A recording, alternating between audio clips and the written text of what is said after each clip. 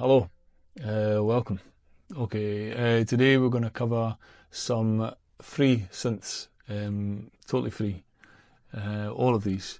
Some of them are small developers who welcome a donation. In other cases, sometimes you can pay for extra presets, and that's the way they make some money. But in general, you can download them and use them for free. And all of these have something unique about them which makes them excellent and worthy of your attention, even if you can afford to buy synths. Some of these I use in preference to commercial synths because for me they do things which are quirky and which I like more. So always remember that. Like sometimes commercial synths don't push the boat and don't do weird things because it's not commercial. So freeware synths and small developer projects and shareware and things can sometimes be more interesting and more crazy. Okay, so straight into it.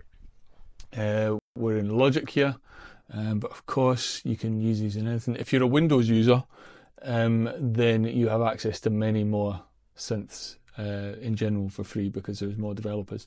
But I'm on Mac, so we're just going to talk about things which work with Mac. Most of these are Audio Unit and VST, but I'm using Audio Unit because I'm on Logic.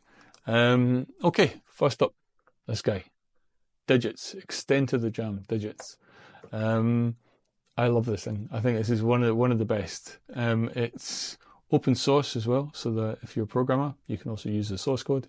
And yeah, it's a CZ type synthesis. I don't know what CZ stands for. But yeah, it's famous from the Casio CZ. It's like a kind of synthesis method, which is very digital and very cool. And it's lots of like cross modulation kind of sounds and interesting things which cross over and cross modulate and all that kind of stuff. So so this is let's see what it sounds like.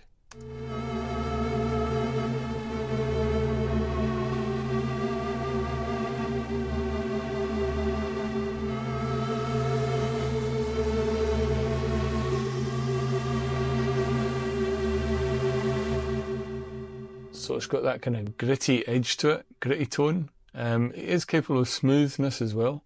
If you turn the FM all the way down, you make sure the bit crusher is off. It's also got a nice chorus effect, which is really good sounding. And yeah, it's unusual. Like you have to get used to the way that these kind of synths operate. You've got I won't explain it all because if I explain all these synths, it will take forever. The most unique thing about this is one, it's got a great bit crush effect, which on basses sounds incredible, and it's got these weird wavery kind of soulful kind of pad sounds which sound really good.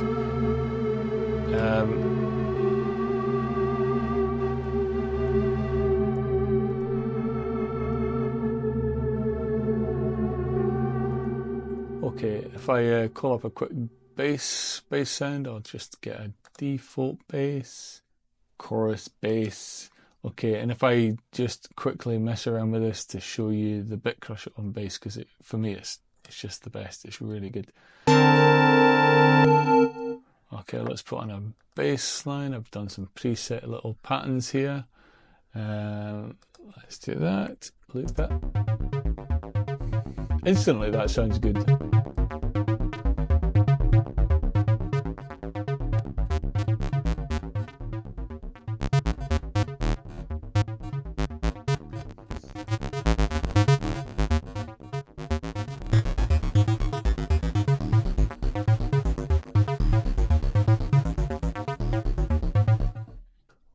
If you're making dance music, then that's worthy of anyone's attention. It's a really great sounding synth, and it's fun to play with. It's easy enough. It's got a slightly weird interface, which is helpful in a way because you come up with unexpected results. And it's not the interface that's weird; it's well designed, but it's just got some unusual controls like Rezo. That kind of even the Rezo is good. Resonance. Okay, onwards. Number 2. This is like the big guy of free synths. Which most people have heard of. It's got a lovely big window, nice luxury big window. And once you get in your 40s, you start to appreciate big windows. And some of these freeware guys, because they're freeware, they don't have all the bells and whistles like resizable interfaces. So right, here we are, big window, tons and tons going on in this guy. It's a professional synth. It really is totally professional. It's a wavetable synth, so it is largely quite digital sounding, but it's capable of really nice, noisy, complex textures as well. And it's got a few things on it which are worthy of note, which are unusual. Namely, number one, it's got these spectral controls for the waveforms. If I put the waveform into 3D mode, it shows you exactly where you are in the waveform. You can move the waveform back to front like that. So you've got all these different waveforms available to you. And that one's going from a sine to a square. You can see that one, not a square, but like a digital waveform. So it gives you a really excellent graphical idea of what's going on all the time. Every single thing you touch will affect this graphical display and show you what's happening. All the LFOs will show you what they're doing. If I want to drag an LFO to somewhere, it's just as simple as that. And it's dead easy. You can just see exactly what's going on. So yeah, it's an impressive piece of software. And the fact that it's free is, quite mad. So yeah, let's have a quick listen. Let's turn off this guy. Okay, so there we've got a nice thick like sine wavy sound, but if I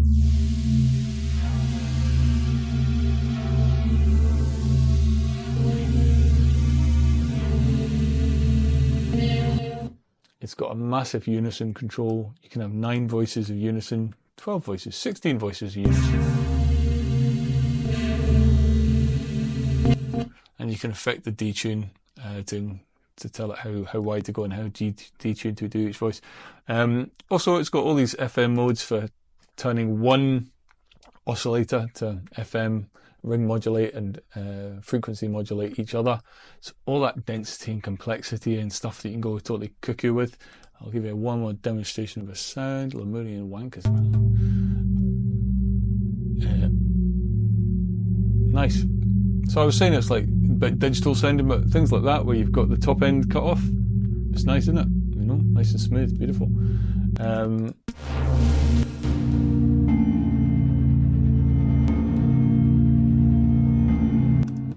Super complex tones, and also it's got the other thing I love, which is things like comb filters, and yeah, flange filters, diode, formant filters, again for kind of pseudo vocal kind of things. Vocal. Yeah, it's a new word. So yeah, anything else to talk about? It's really so deep. It's got lots going on. But those are the main things for me that make it worthy of attention. It's got these unusual oscillators. So think pigments. It's like not far off Arturia pigments, but it's free. Okay, next up.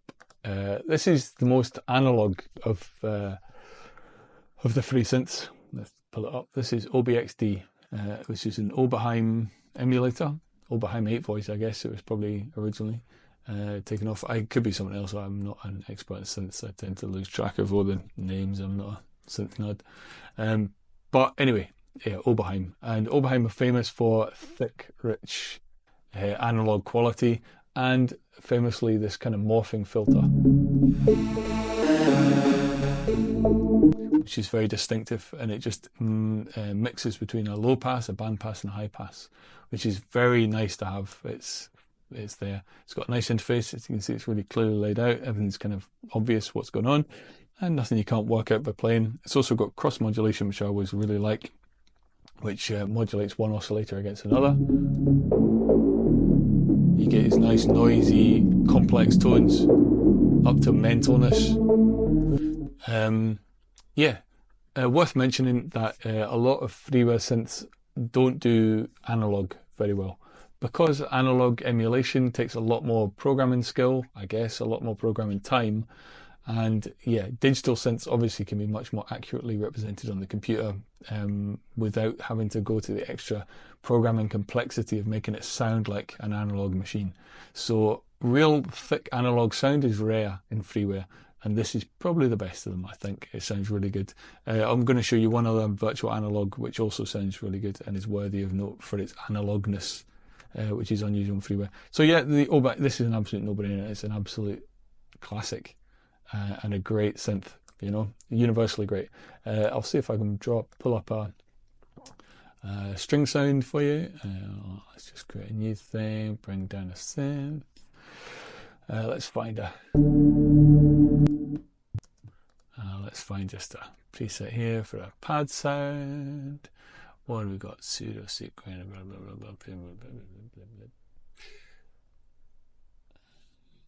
Ah, nothing. Oh well, might have to do a bit of programming. Well, let's just keep life simple, shall we?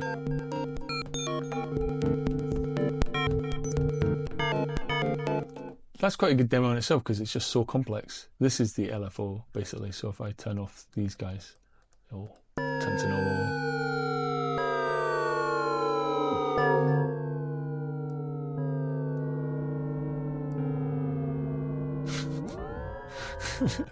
I'm not sure that's the best demonstration sound, is it? It's like, how often are you going to need that guy? How often are you going to need that sound? But suffice to say, if you turn the sustain and the resonance and the release up rather, and turn the resonance down and put the you'll get a nice pad sound.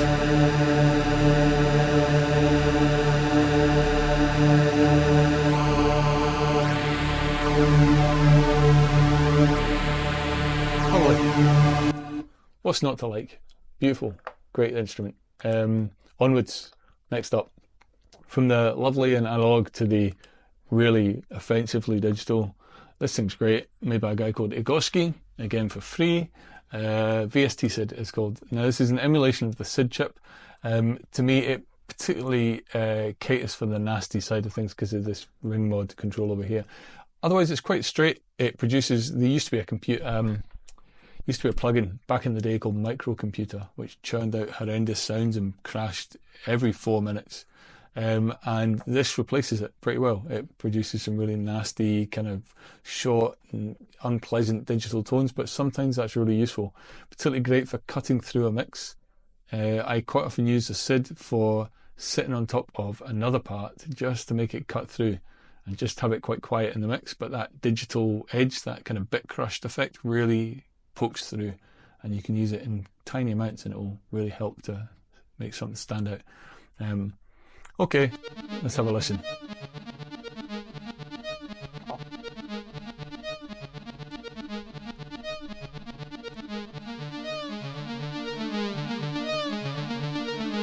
And we're going to get nasty now. Oh.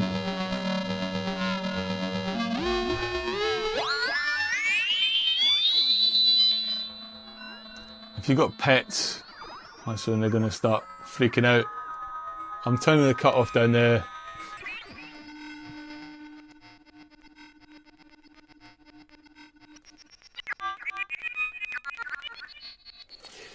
See, you've got to be careful. There is a slight glitch in that ring mod because when you first turn it on, that first movement produces a very sharp tick click. So yeah, watch that. But yeah, it is what it is. It's a nasty sounding SID chip. And sometimes that's what you need.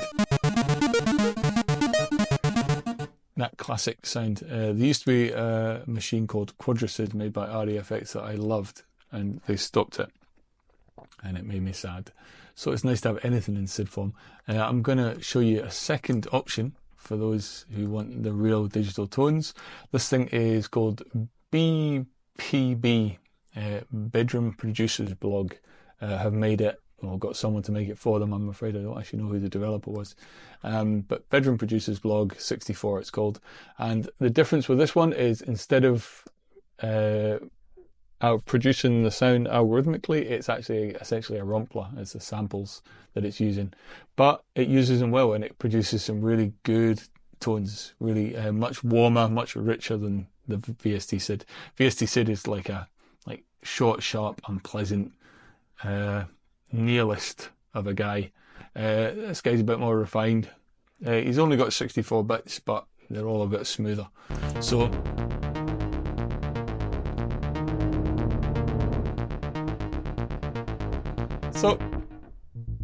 you can see he's got some smoothness.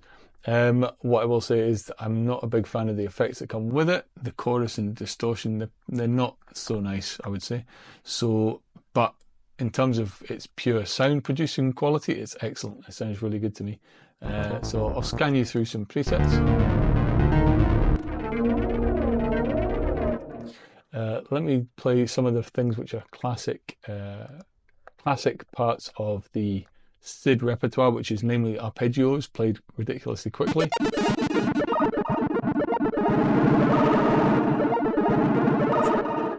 all the presets are set very, very hot, so just be aware of that.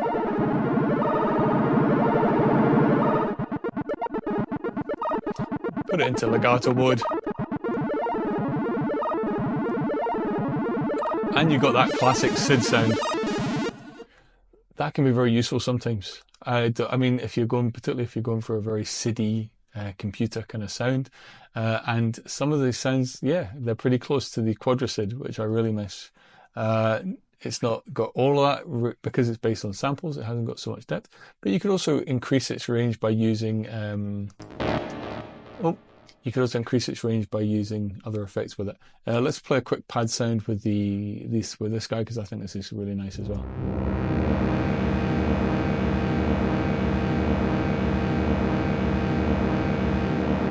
Isn't that nice? For me, that's gold dust. See, let's play some strings.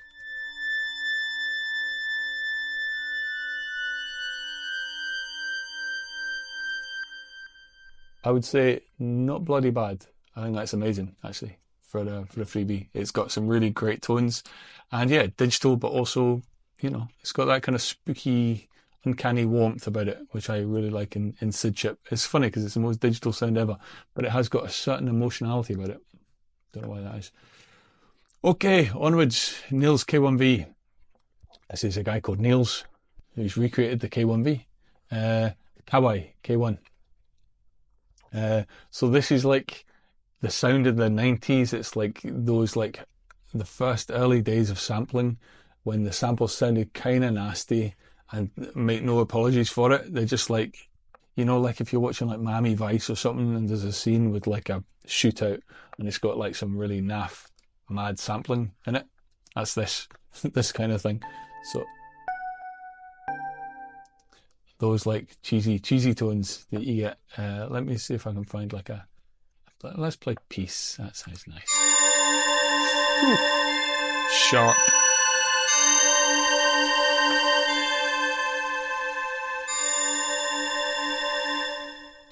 Okay, it's also got a multi mode, so you put it into multi, and it'll play a range of different things across the. It's 4-part multi-temporal, I think maybe even 8. Look here, you've got all the extra ROM cards. So if I go here, it gives you all the ROM cards, everything that came on those ROM cards. Tomita, that's interesting because this guy, I'm guessing it's the same Tomita, used to do synth covers of classical music. So, and some of it's beautiful. Yeah, that's Tomita. So that's nice. Whether Tomita actually used this instrument, he might have done.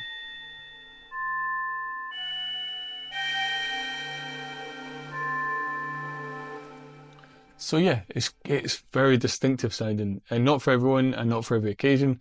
But if you're after that era, you know, if you're doing something from that era and you want spaghetti, I don't know why that's spaghetti, but anyway.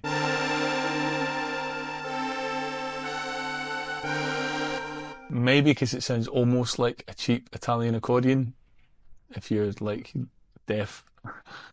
But yeah, anyway, that's the K1. Excellent.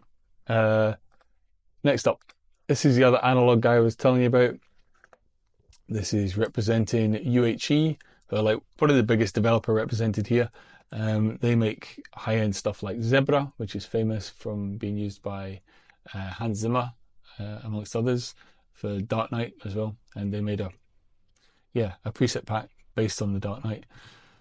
That's beside the point. The main thing to look for in this is because it's made by a company who specialise in producing real analog sounding synths. This sounds really analog. It's got a really nice analog tone. It's quite straight, but even here, it's got some quirky features which make it desirable or different. You know, it might have. It's the thing with these. Sometimes it just hits a nerve. There's something it does that really suits the way you work. Maybe not everyone, but the way you work, and it just floats your boat. So for example, this one's got quite an unusual arpeggiator. So if you did a lot of arpeggiations rather, then this would be a good shout. Most obvious thing here is to turn it into arpeggiator mode if you want to use the arpeggiator, which isn't immediately clear. You're kind of looking for the on control for the arpeggiator, but you have to put it into arpeggiator mode. So let's play that and see what happens.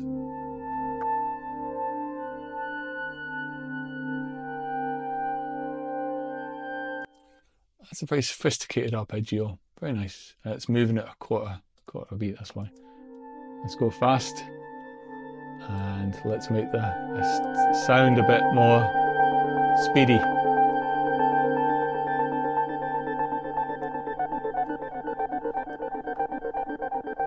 There you go, as you class it up.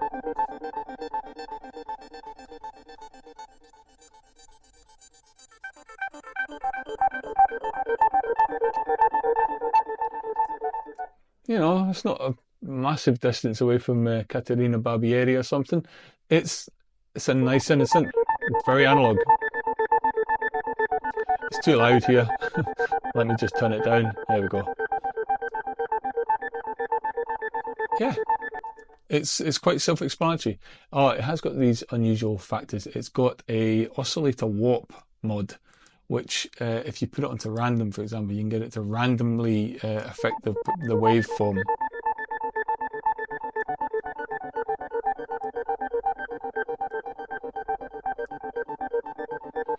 Not sure you can hear that very clearly. Let me put on the random pitch because you'll hear that. Yeah, you hear that, right? So yeah, if you want to make something which makes you sound like you're going crazy, and will ironically send you crazy, there you go. What they call Krell music in the world of modular, self-perpetuating. It sounds like it's not, but it sounds like Krell music, which is like, yeah, not what you want probably, but hey, you've got the option.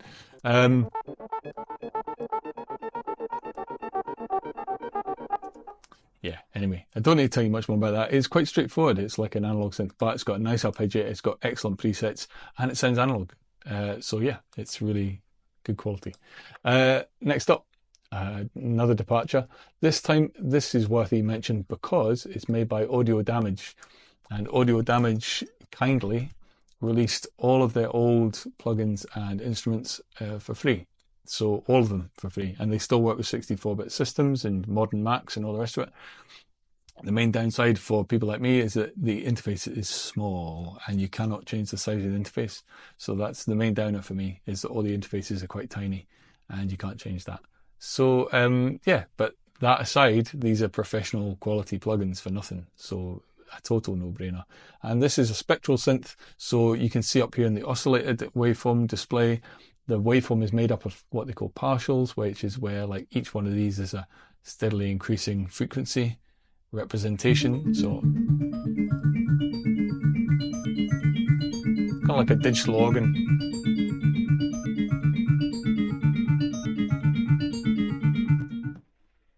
So yeah, you can add partials over here. You've got LFOs, and they can control amp noise value.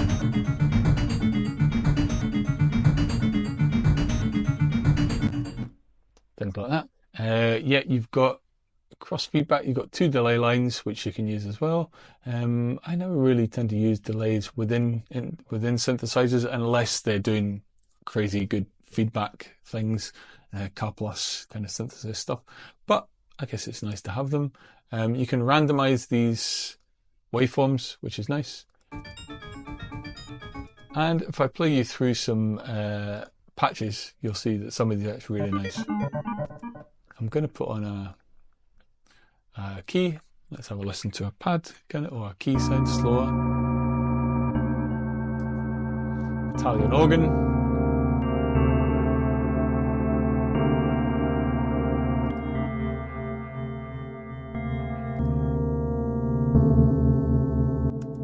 So again, it's a digital synth, it's very digital, but it's also got a warmth to it. It's got like a richness of tone, which is just pleasant, you know, and it fits well in a mix, and it's free. Great. So yeah, if you're like, for example, if you use like Ableton and you've got like a cut down version, you've got like the straight version, or you've got the intro version, then all these synths are really expanding your palette. And plus, I can't stand the interfaces on the Ableton synths. I don't know if it's just me. I find them horrible to use. So yeah, I think there's always a place for adding to your arsenal with these kind of guys. Okay, final guy. This guy is excellent. He just makes all his synths for free. He makes loads of them. He's a busy guy. He makes a lot of synths, and I will cover drum machines in a separate video, cheap and free drum machines, because there's not so many good free ones, but there are some good, very cheap ones. And he makes one of the free ones, which is my favourite, and it's a remake of the Mini Pops drum machine. But this is his other one of his other synths. He's got loads, like 20 or 30 of them. This is the Korg. Is it PSR 3300? Again, I'm terrible with synth names, but 3300. It's Aphex Twin made it famous. It's one of the most expensive synths in the world. It's got like 40 analog oscillators. It must be an absolute ball ache to keep alive and well, because all that circuitry would be like melting and, you know, going wrong constantly. So yeah, synth software one's always welcome. And this is the only free one. I have to say, it doesn't sound as analog as some of the others. It's got a slight kind of digital edge to the tone, but it has got a huge amount of unusual features which make it really useful. Okay, so the thing is most, I won't cover too much because you see it's complex, but the main thing is it's three synthesizer voices, each doing the same thing, identical to each other. So I'll just explain it. One, the main thing that they're famous for is that you can load alternate tunings. Each of these knobs down here controls the individual pitch of the note, so you can do micro tuning and microtonal scales, and kindly he's also included some Scala import factors, so you can load Scala tunings, and yeah, you can choose Wendy Carlos straight out the bat. And Wendy Carlos Super Just is one that I use a lot, and it's just a nice scale. So let's put on Wendy Carlos Super Just, and let's have a listen to that.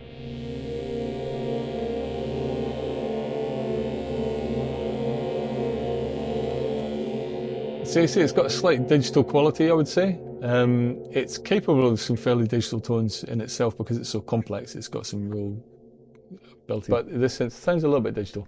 But it can be helped along with a little bit of judicious EQ, which I do. So this has got this, which is a really nice EQ I like for this kind of thing. Very warm, very natural, clear sounding EQ 432 by T-Rex, by IK Multimedia. Yeah, I've just got loads of warmth going on there, tons of 100K, tons of bottom end, and a big cut at like 5-6K to get rid of the that kind of sharp digital quality a little bit.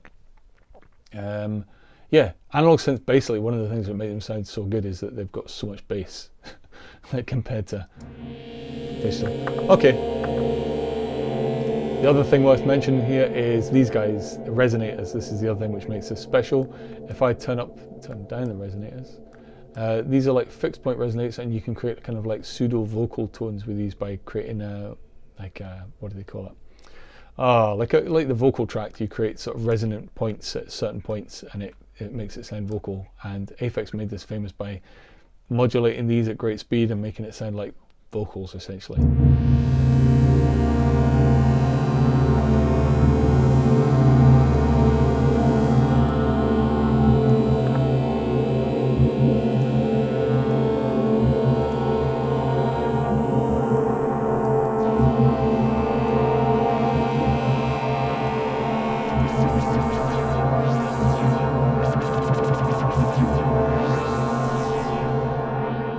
Now, what I would say is that this doesn't take, it doesn't quite have the tone of the 3300 in terms of the resonators. It doesn't, but all the same, it's a great factor. It's a great feature, and you can create like slow, undulating, cross-modulating kind of tones. And yeah, it's a very complex synth, and it takes some time to get to know it, but it's free, and it really for that is incredible. It does a lot.